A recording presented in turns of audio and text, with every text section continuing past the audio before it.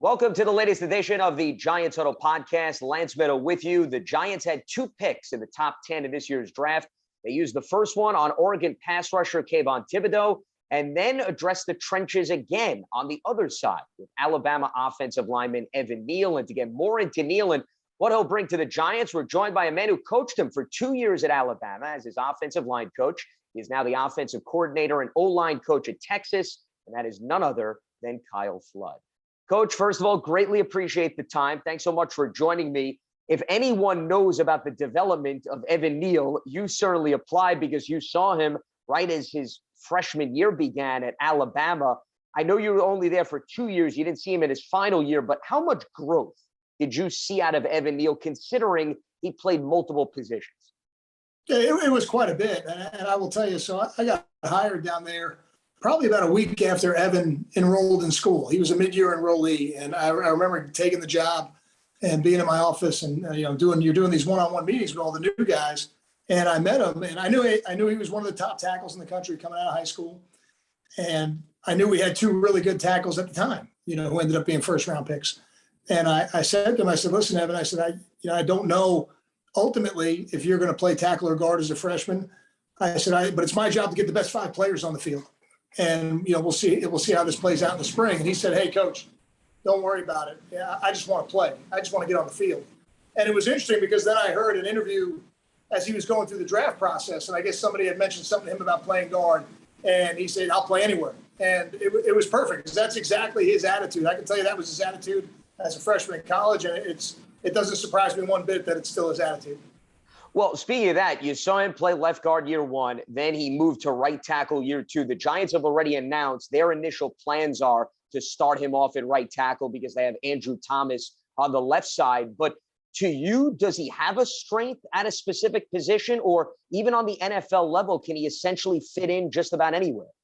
I think he can fit in just about anywhere. I don't know that I would make him snap the ball. I think, I haven't seen him do that. So, maybe that would be the one thing I wouldn't have him do.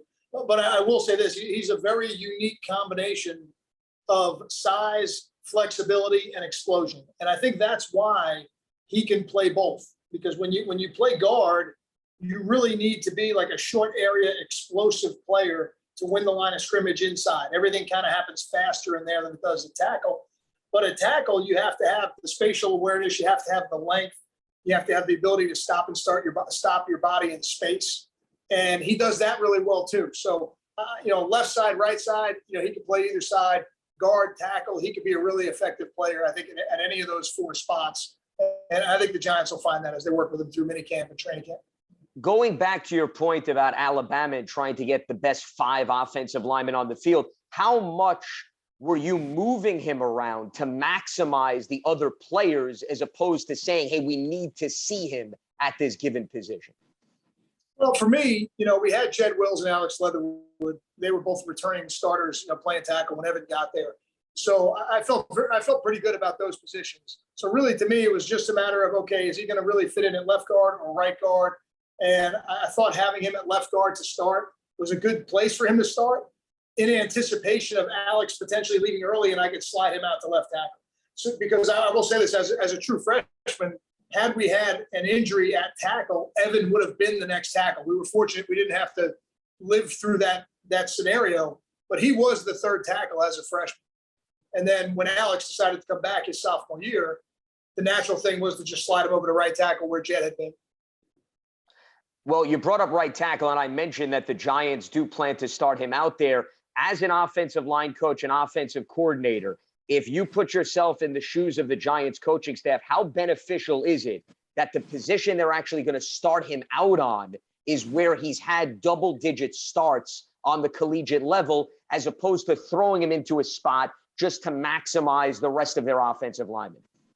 No, I think there's a definite advantage to it. I think somebody who has played at the highest level of college football at that position already has the muscle memory to go back and do it again. And I'm sure through his training, getting ready for the combine, getting ready for the draft, getting ready for minicamp, I'm sure he's been doing things right side, left side, because that's Evan's always going to prepare himself to be as valuable as he can to the team. So I'd be shocked if he wasn't already prepared to do that.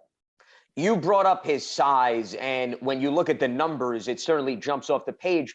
I'm blown away, Coach, by the fact that he supposedly carried 390 pounds of weight in high school, he said. And then when he was at Alabama, you got him to slim down a little, but he keeps emphasizing that he carries his weight very well. I'm curious what you noticed over the 2 years you were with him at Alabama, because when you see him to the naked eye, he doesn't come across as this big, wide body guy. He's very slim for a player that actually is going to play in the trenches. Yeah, the 390 pounds is a lot of human. There's no doubt. There's no doubt about that. And I think initially as a freshman, we got him down to about 357. And then I think his sophomore year, he probably was in the low 350s. But the interesting about it, and he's telling you the truth when he says that, even in like the mid to low 350s, his body comp was around 22% body fat, which for offensive linemen is on the low end of what you would really have as a goal. Most guys are between 22 and 26 if they're doing it right. So he was in the right space. But I always said to him, and this is a true story now, and I reminded him of this after he went to the combine, because he got down to 340. And I told him his sophomore year that his best weight would be 340. And I thought it would just be beneficial for him over the long haul, because he would still be as explosive as he was. He would move even better. And I just thought for his career, that was going to be the best weight. So I kind of got a little bit of a chuckle out of it when he went to the combine and that picture surfaced where they took him without his shirt on, and he was 340 and he looked great. And I got a kick out of reminding him that I told him that a couple of years ago. It just took him some time to get there. Well, speaking of conversations that you had with him when he first met the New York media, and it was interesting because he was right next to Kayvon Thibodeau, who's a very big personality and is going to be quite the fit in New York. But you know Evan Neal very well. He doesn't say a lot. He doesn't come across as a very talkative guy. And the reason I'm bringing that up is, you've been in the New York market, the New York, New Jersey region. What do you think about how he'll adapt to that, and why perhaps you shouldn't overlook an offensive lineman, even though he isn't very talkative? You know, here's what I would say. I think, having been in that media market, I really believe he's going to have a great relationship with the people that follow the team in the media. And here's why. He is maybe not as vocal or as outgoing verbally as maybe some of the other players you may have on the team, but he's not shy either. He's just very thoughtful, and he's very serious about what he does. Evan's a guy who has other professional athletes that are in his family that he has grown up being around that. And that was one of the things I always appreciated about Evan, even as a freshman, that none of the moments were ever too big for him. He never really had that freshman moment, because I just feel like he was raised to be ready for those moments. And I do think obviously there'll be a transition going to the NFL. There's no question. Now you're playing against the best players in the world, not just the best players in your conference. So there'll certainly be a transition, but he'll make that transition really smooth, because he has been preparing himself to be a professional athlete for a long time. And I will say this, he is certainly maybe a little more reserved in how he will speak at times. But when he speaks in that locker room and in that position, I promise you that those other players will listen to him, because they know it'll come from the right place. One player already in the locker room that has familiarity with him is Xavier McKinney, who you cross paths with at Alabama. You mentioned, listen, it's the nature of the beast. He's going to have to make a transition to the league, but how beneficial is it that he does already have a college teammate with him as he navigates that New York, New Jersey area? I think that always helps. X was a great teammate. And for me as an offensive coach, X was a lot of fun to compete against in practice. He just a really great human being first, and certainly an excellent football player, and somebody that you always want that guy in your locker room. I think that helps. And I'm sure the other linemen, I've been in a lot of offensive line rooms over the last 25, 28 years, and I'm sure those other linemen are going to kind of take them under their wing as well, and kind of show them the ropes of the areas. But to have a guy like X who say, hey, where do you live? Show me where you live. Let me see if this is the right place for me. Yeah, I think those kind of things always help the transition.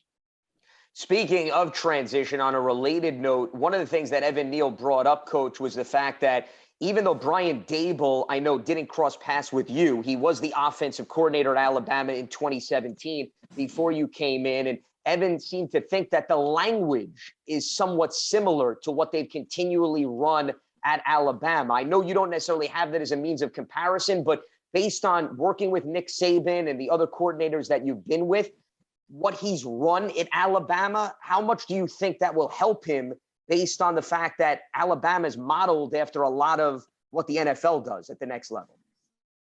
Yeah, that'll make the transition certainly smoother for sure. I think when you work in that pro style system, so our system is very similar. And I think when you work in a pro style system, you learn how to do all the things that you're going to ultimately have to do in the NFL. That's the advantage of playing in an offensive system like that. Whether it's Brian Daboll, Steve Sarkisian, you're in an offensive system, so that helps. And then ultimately, really what happens for the player is, they learn a certain play. They say, oh, okay, this is what we call that play. And in your mind, you make the correlation between what you used to call it. And system to system, the names may change, but he's going to run inside zone. He's going to run outside zone. I'm sure they're going to run gap schemes. I'm sure they're going to run pin pull schemes. He's done all that at a very high level. It'll be just a transition, a little bit of a transition learning the language. But if what you're saying is correct, that it'll only speed that process up. The physicality of the game always comes to mind when we're talking about players in the trenches on the offensive line. And we were talking about his versatility. The other thing that I think is important to not overlook is his durability, Coach. And for the 2 seasons you were there, I think he missed 1 game due to COVID. He played every game last season as you moved on to Texas. Double-digit starts at 3 different positions.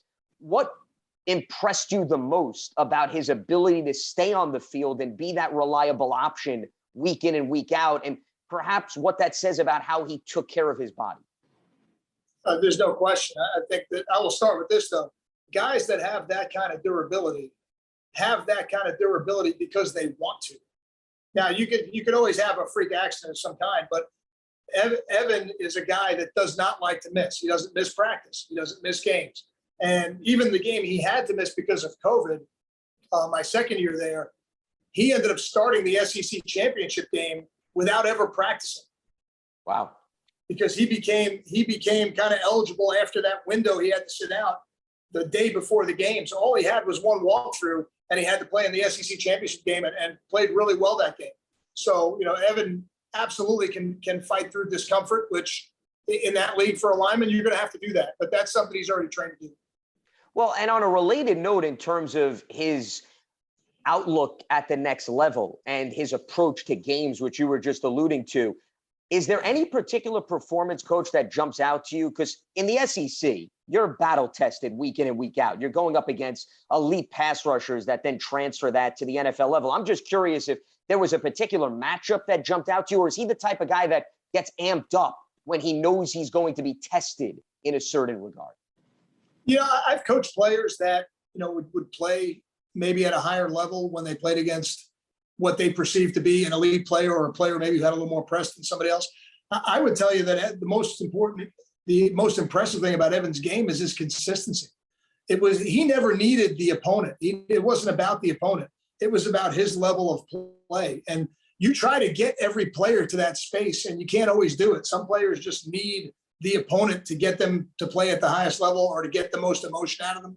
But that's not Evan. Evan plays to his level all the time. He does not need the opponent for that. And to me, that's the most impressive thing about him as a player, is his ability to play on that consistent basis at a really high level with great emotion. And those are things as a coach you're constantly looking for, constantly trying to train into your players.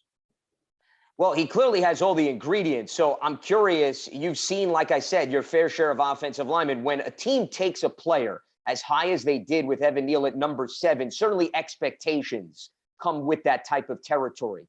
Where do you see his ceiling in terms of what he can map out with respect to an NFL career?